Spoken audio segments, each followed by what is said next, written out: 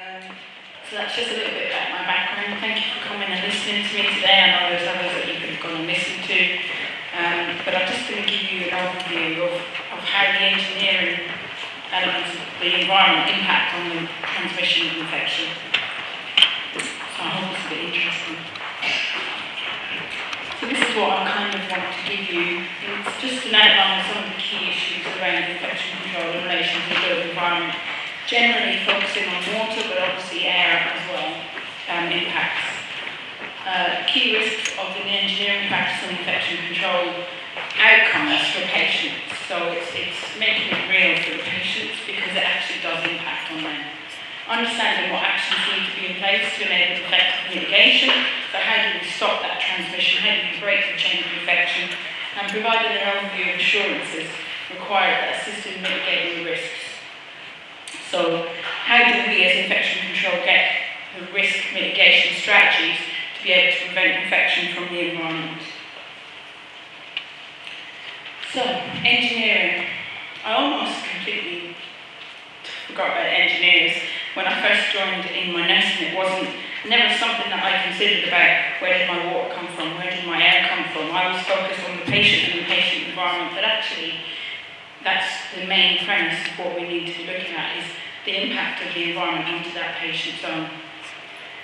So if there's buildings are like patients in a way, if there's organisms will find a way into their systems, so water systems and air systems, organisms can colonise those the same way as they colonise patients. If you've got a piece of ductwork or pipework, then that is how it can get in. But then the outcome is that it will be laid out onto patients. So engineering practice can influence water systems and ultimately the burden of infection within that system. What that engineer does when their installation of the water system makes a difference as to how the quality of water that comes out the other side. Lots of hidden elements to this. I might even move over that way because I can actually see my notes properly.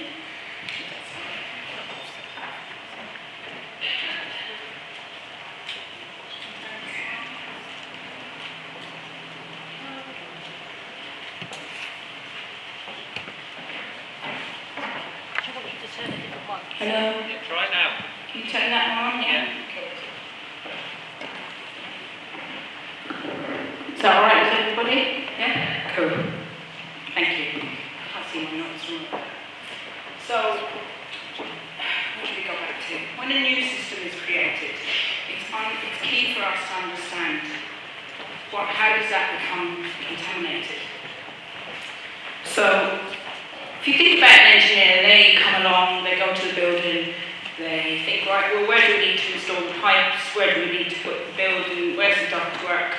We don't think about the impact that can have when they colonise that system with organisms. Generally, gram-negative organisms colonise systems for water and air because they're very hardy, they live in the environment and they survive. So, that's key consideration.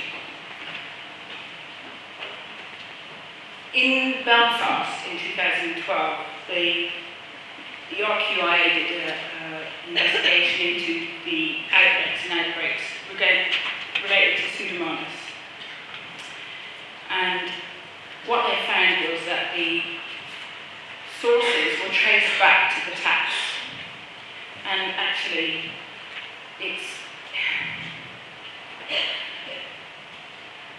when the taps became colonised, people didn't actually think that it was the taps that was infecting the babies in the neonatal unit. The RQIA report actually is quite interesting because it highlights some of the complexities around the structures of taps that are throughout our organisations and patients' access and staff access and everybody access.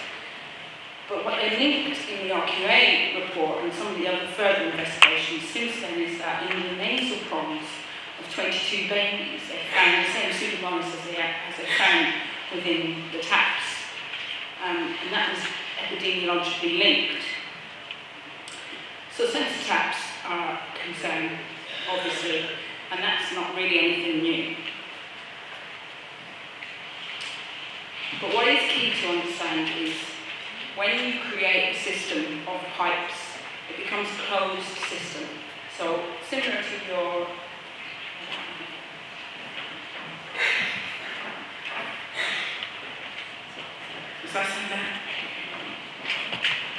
So when you create a pipe system in a building, and in any hospital, they're quite complex, but they're closed systems in that they're not, people don't cut into them on a regular basis, so they become a closed loop, if you like. So when we make changes to those buildings, they have to cut into that closed system. They have to break into it effectively, and there's always the potential then for that to influence the colonisation within the systems, because they've basically allowed ingress from outside. So once the projects are completed, but also during the times that the water has been potentially shut down, it's important to remember that these systems now need to be cleaned, because you stop the water from flowing, you've cut into it, you've opened the system, you've potentially provided an area of contamination that can have got into your system that will then track through to your patient's hand wash basins potentially. So you've got closed loops that are mainly supplied water. Mainly supplied water is generally water that you use to wash your hands in. But when they cut into those systems to change an area or an area of use, for instance, that makes a difference to the adjacent areas. That will make an impact on your next unit, which may be a cancer care unit, which may be a neonatal unit. Just because they're doing it in the outpatients department doesn't mean to say it won't have an impact on your adjacent areas. Buildings are built a long time before they're occupied, and it's constantly changing in the hospital environment as far as my experience goes, of what they use areas for. So you might one day have an outpatient department which is deemed really low risk, which then changes, and you then put cancer care patients there. They put beds in there, they create it, it's all lovely, all the finishes are in line, everything's flush and cleanable, but nobody has considered what changes they've made to the water system or the air system. What changes have had to take place? Because do they need hot water supply now? Do they need cold water supply now? Have they cut into that system to make it run around so they can connect up that hand wash basin? How do they do that? What materials did they use?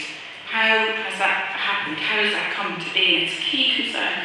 It's something that we should be thinking about as infection control from the beginning of projects. I know we don't always get considered at the beginning of projects, and I know a lot of the time infection control tends to get brought in at the last stages. Oh yeah, can you come and sign off that building for me? When everything's already happened. And it's like, you think, no, we need to know what you're going to do, how you're going to do it, who's going to use the space. These are the things that we need to be thinking about. And these are the things that they found when they looked at the Belfast report. They had too many hand wash basins. They were not being used. They were creating dead legs. They were allowing colonisation to happen. So that's a real part for me that I think that we miss a lot of the time. So just to highlight how complex these systems are, these are diagrams of what's known as a thermostatic mixing valve.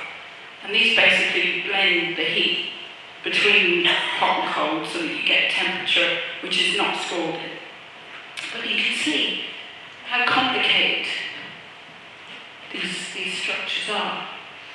These things here are called O-rings, and they're made out of potentially some sort of plastic, and it's generally either a PEX or an APDM, which is a plastic that supports organic growth. So we tend to try and avoid them now, and it's a known, recognised fact. But even this, this thing here, it's called a flow straightener and aerator. It's one of the things that they highlighted. Dr. Walker, Jimmy Walker from the Health Protection Agency looked at sensors and the flow rate, and there was a lot of pseudomonas colonisation and biofilms on the internals of this. These things inside are really, really complicated. So they're almost like microvilli on the internals. So they provide a great space for organisms to grow within that system. And you have organic growth, organic matter going through that system, like water, which has got all the nutrients and all the organisms already there. You then provide the perfect medium for that to happen.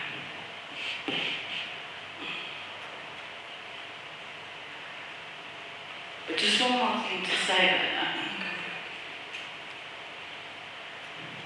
Is that's not the only thing that's in the system.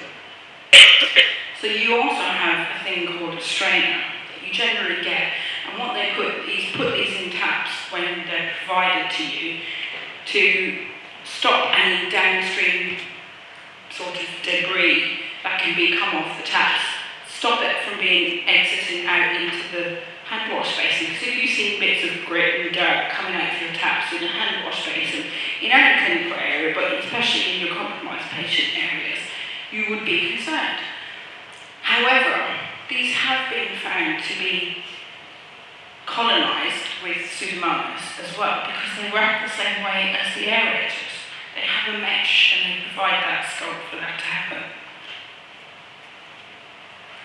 So we need to be risk assessors. Infection control needs to be a risk assessment, and everything that we do is based on risk assessment. It's always perplexed me that we risk assess the patient, we risk assess the patient zone, we risk assess everything to do with, who needs isolation, but we forget to look at the building. We forget to look at the environment that the patient is sat in. That patient needs to be in an environment that doesn't contribute to the infection rates or the risk of infection acquisition. So, one of the things that I found is, sorry, I'm talking too fast, I need a drink.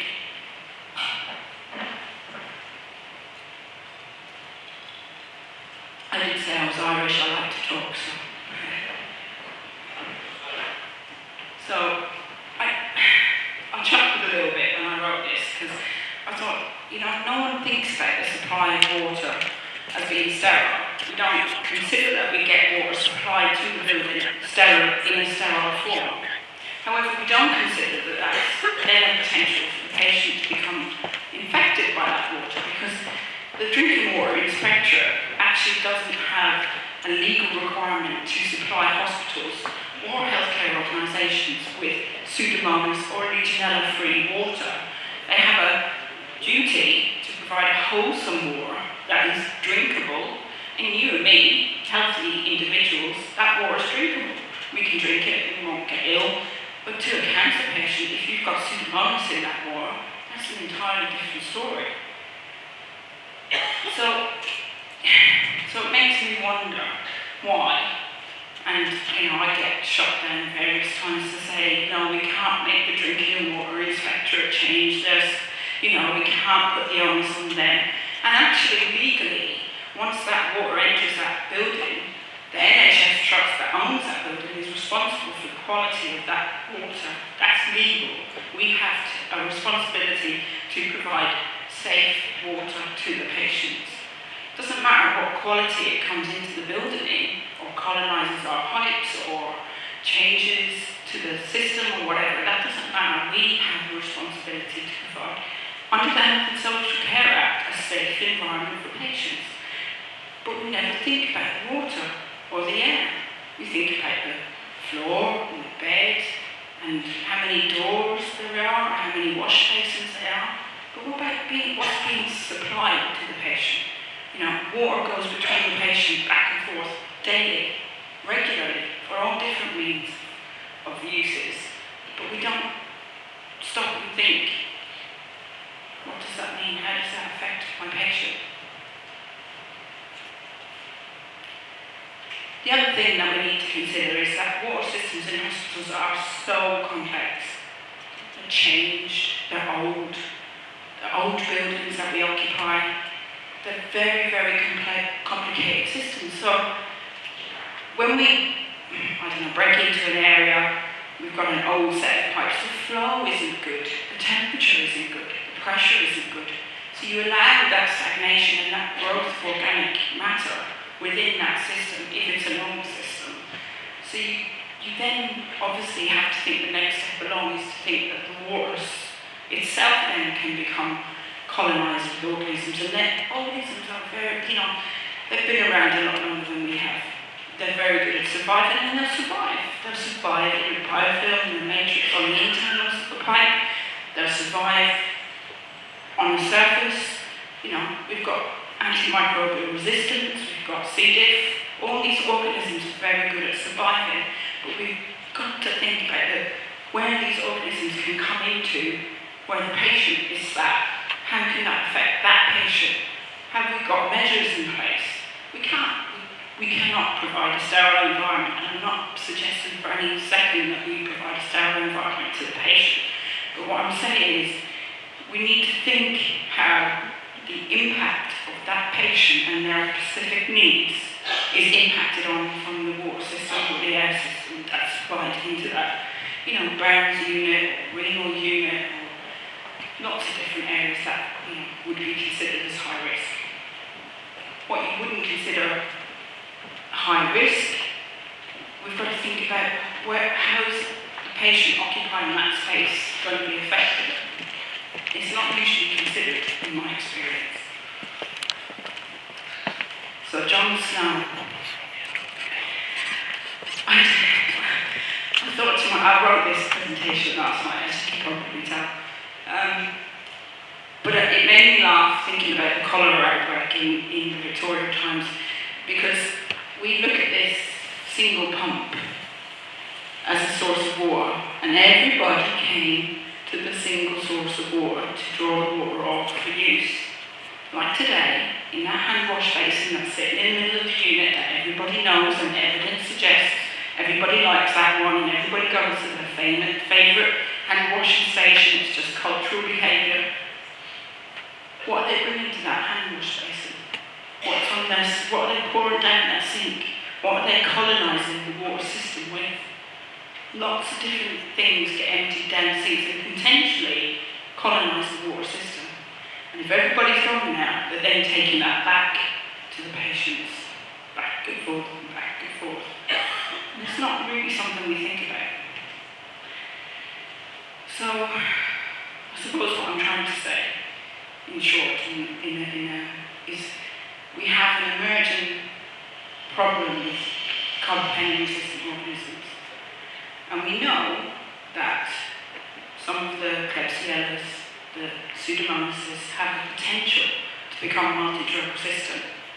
If you have a patient in an ITU bed who, for whatever reason, has a tracheostomy, has their inner tube washed out in the sink, maybe he has a Klebsiella on board, you wash that out, it colonises the system, you go back, take it back to the patient, their Klebsiella gets treated with antibiotics, whatever it is, then the next day, that resistance pattern has changed. They then take that back to the sink, take the tube out, wash it out, colonise the sink again. That patient leaves.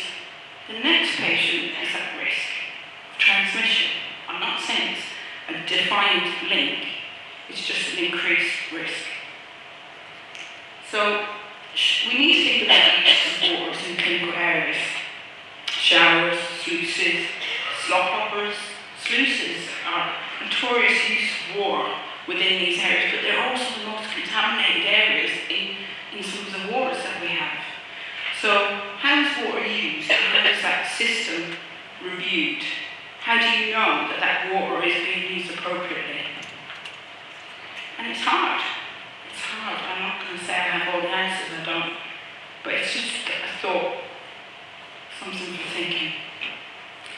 CSSD in your departments, they have really strict water regulation requirements because obviously they cannot decontaminate instruments or scopes with contaminated water. So they do regular testing for Pseudomonas and various different organisms because they need to know that quality of water is of a standard. Similarly, do we not now need to know that in a cancer unit our water is of standard quality? And how do we manage that? Because actually it's so variable there's so many factors that influence the system's ability to be colonised, for want of a better word, or contaminated. How do we, as infection control, risk assess that process? How do we need to look at operationally how they're using those systems. How are the nurses, how are the doctors, how are the physios, the OTs, how do they use our services? What is their common practice? And if we look at that, and if we risk assess, then we can say, actually, patient group in there probably not compromised to a great extent. That suffice we review that on a regular basis. And the HTMs, the Health Technical Memorandum, give us a sort of an algorithm, a point in the right direction. But I think there's a lot more work that needs to be done in relation to that. So, how do we make sure that the water system reflects its use? So buildings are often planned months and years in advance. So how do we, as infection control, think about how that's going to be used? It's very difficult. I'm not sure that we can, but what we can do is on a regular basis, look at what's happening and review. Look, review, reassess. If we do that, then we're making sure that the water system is fit for purpose for use for that area. So does the tank fit? I'll give you an example. A hospital building was designed maybe 5 years in advance, and they thought they were going to have this extraordinary amount of capacity. It was going to increase, so they designed this water tank to supply this building, which is probably about the size of the room if you've actually seen it. And in the end, so they had the building stagnating for a period of time before it was used, so while all the rest of the building was being put up around it. And that water was sitting in that tank for that period of time. So you can imagine there was thermal transfer, the heat from the environment got into the tank, heated the water up. There was no flow, no pressure to move that water along. It was sat in the pipes. They had to run it through the pipes to see that it ran to the right place. But they also had to understand that actually that water is a risk now because it sat stagnated in that water tank and in them pipes. So there could have been organic growth within that.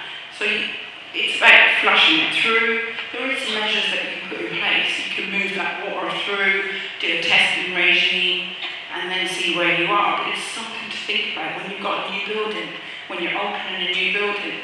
Have you thought about what's been left whilst that process is happening? So yeah, you can draw the water off.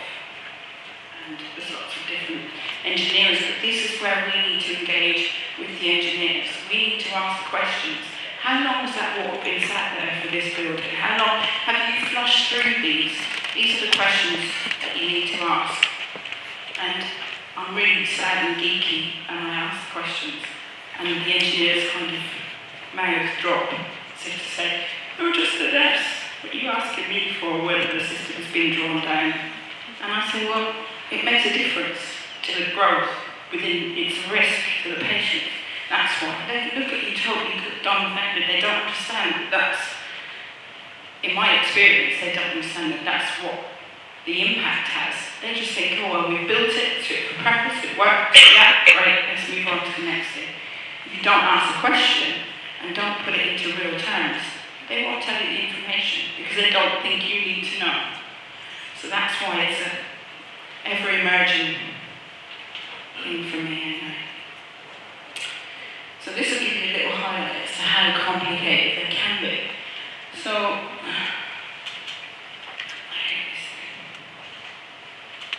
up here we've got two, you can't really see it, sorry. Let me move it.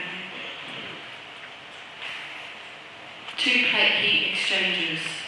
And these things heat the water before it's supplied. So the water comes up from here down, goes through these sort of like a kettle but in two big flat iron things. So lots of times they'll need to do in the plant room, they'll go down here, they'll isolate it off, they change valves on various bits. And so the supply downstream is changed. They might cut it off for the 2-3 hours. If they can't get the isolation valve in, that makes a difference to your pressure, your flow, your temperature. The water downstream has been affected. So something to think about when they say, oh, I'm just going to put some isolation valves in, I'll be 2 minutes. No, they won't, because it takes time. You have to stop that system from running. You have to isolate it off, and then you have to think about how you get it back on and running again. That takes time. What you've got to think downstream is how the patient's going to be affected. So, I'm running through this. But yeah, you can see how complicated they are. My bugbear, flexible hoses. Again, what I said to you about the previous compounds of the tap, these have been banned for use in healthcare. It doesn't mean to say they don't still exist and they're not still there. And what I was saying to you previously is that they generally contain a compound called EPDM, and it's a type of plastic that's on the internals of the hose that supports organic growth. It's a carbon source for the organisms. Dental water. So, what do dentists do? They spray water and air into the patient's mouth, usually via a chair, which is filtered, so that's all good. But what do they decontaminate the items with in what I call their kits? How do we know that they haven't back-contaminated the system from washing various items within that dental water system? How do we know that that's been appropriately used? And there's a lot of water involved in dental. And air. So water and air. What does water and air allow? Organic growth. There's been situations that I've known where the valve on the dental chair, the water, crossed over. So air was going into the water. So in that instance, you can't use the chair. Because that promotes organic growth. These are the engineering questions that we need to think about. How do things work? How does that influence the impact on the patient? And I'm not suggesting for 1 minute that anybody is an engineer. I'm not suggesting that anybody goes away and learns engineering. All we need to be able to do as infection control nurses is ask the questions and let them provide us with the information. If we know what the risks are and we fully understand it, and then we'll tell you the information. If we know what the risks are, then we can translate that risk in for the patient in terms of infection control. We can understand if we ask, but if we don't ask, then we will never learn. And we will miss things, but that's life. The other thing about dental chairs is that you generally have 20, maybe. They rotate, they don't always use them. So classification of a dead leg is anything that's not used for 3 days or more. So do they flag that that's a dead leg, effectively? The water within that kit has been sat there for 3 days.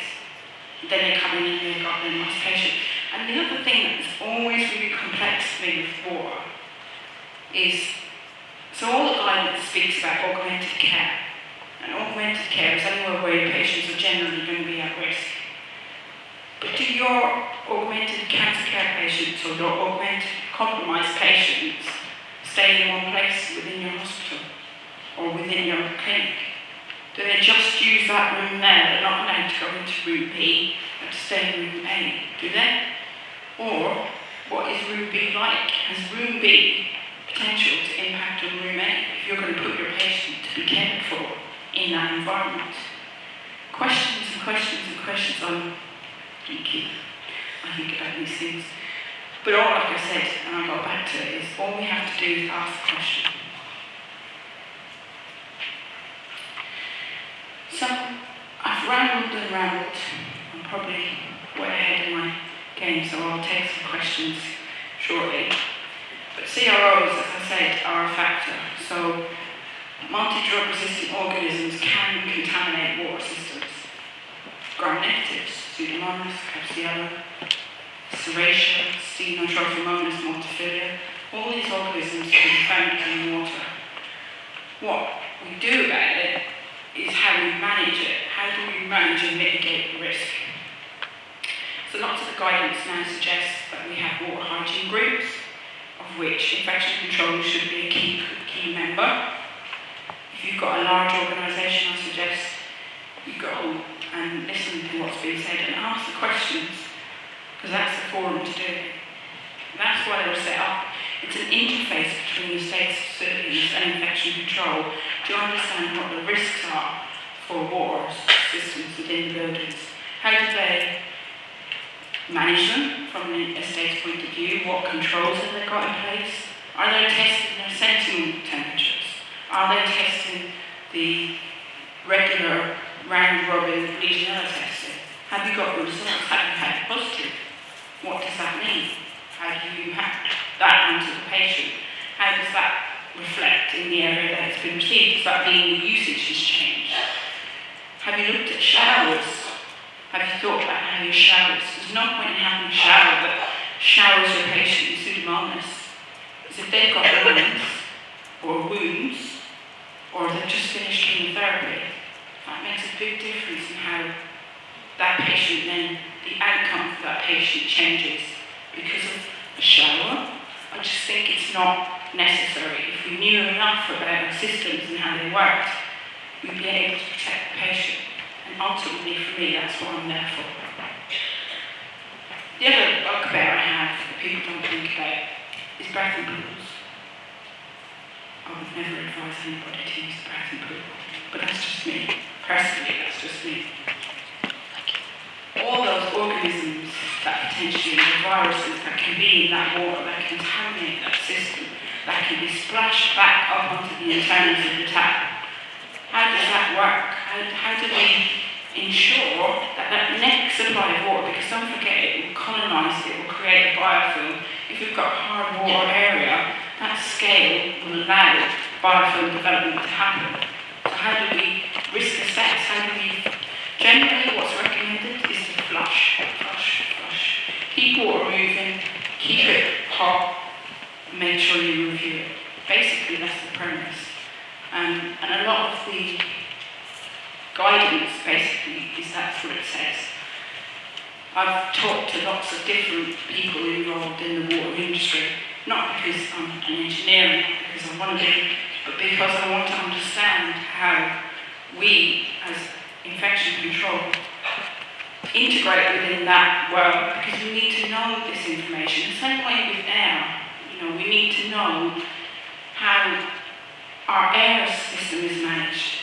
Is there ingress of air? Is there ingress of organisms through, past our filters where we think we've got nice clean air coming through? Have they been reviewed? Have those systems been maintained appropriately? Have we got that information? CQC, Health and Social Care Act, we need to know what assurance frameworks are in place. So I'm being waved at, so I'm going to throw it back to you guys.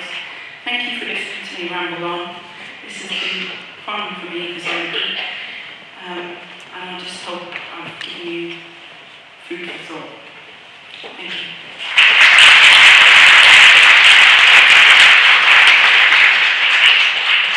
So does anybody have any questions?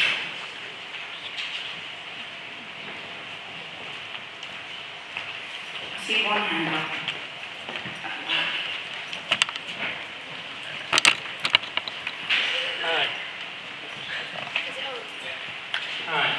My name is Derek Butler. I was chairing the event this morning.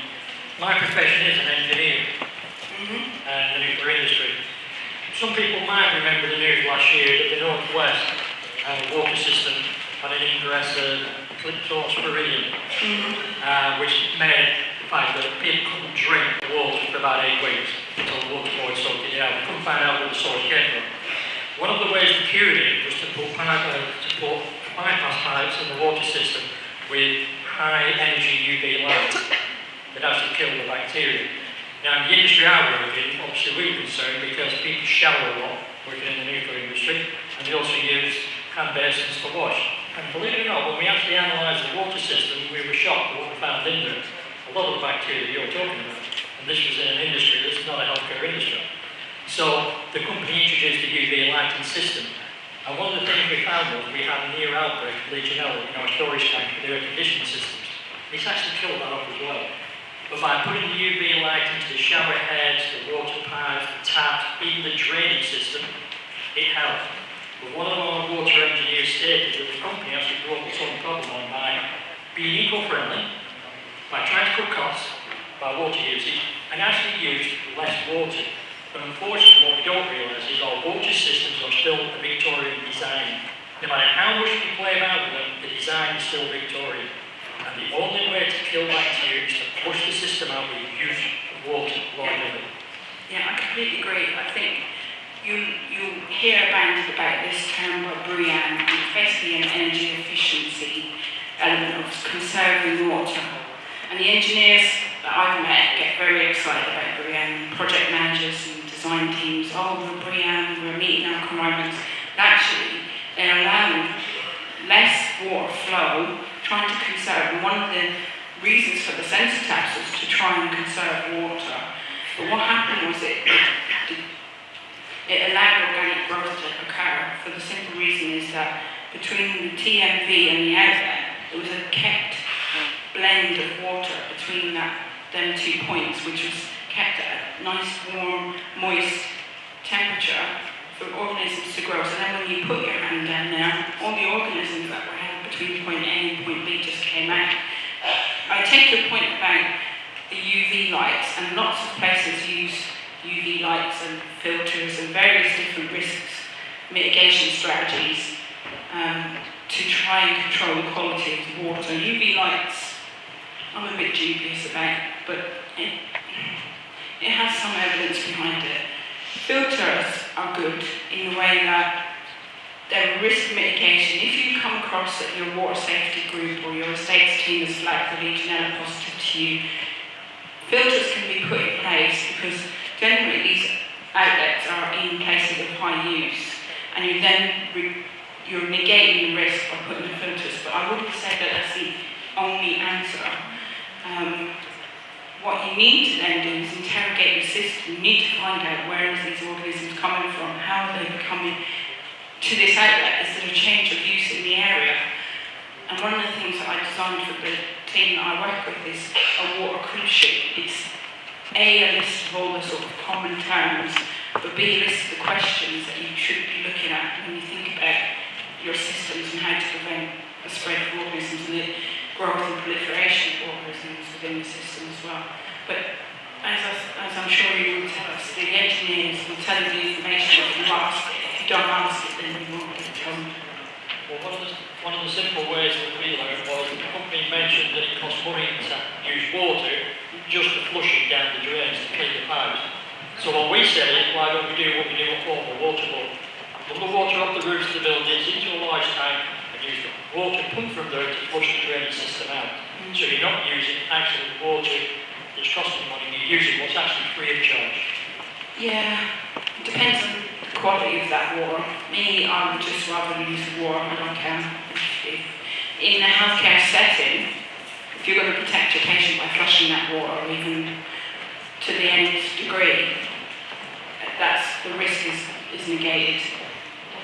For me, as infection control, I don't know what anybody else thinks, but for me, it's all well and good in a hotel, it's all well and good in another institution like a school, but actually, because there are people there are generally healthy, but in hospital, people there are there because, and we all know people don't get into hospital these days unless they're very sick. And generally that's the premise that I operate on, is that if they're sick enough to be in that building, they're compromised. So that's, I don't know what anybody else thinks, but that's what my experience has taught me. Any other questions from anybody? Yeah?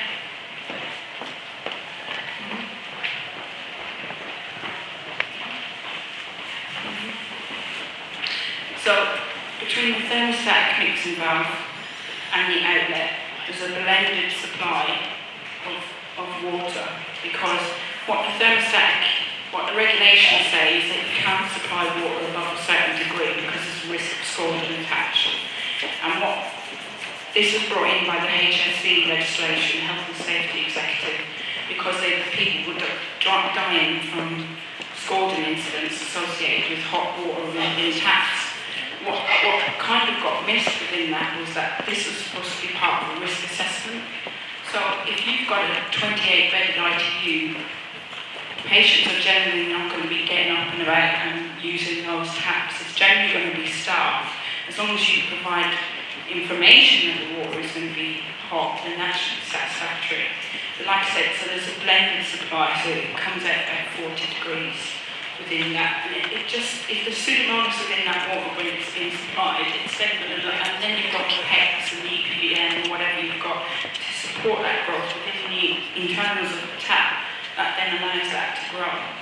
And then you then wash your hands with it. What you can do, and it's a strategy that some of the neonatal units are in, because Pseudomonas doesn't tend to survive much on hands if you use alcohol gel. What they were saying is that you should wash your hands, decontaminate your hands, and then use alcohol gel, because that reduces the Pseudomonas on your hands as a strategy. It's one of the various different things that you can do. Time. Thank you very much.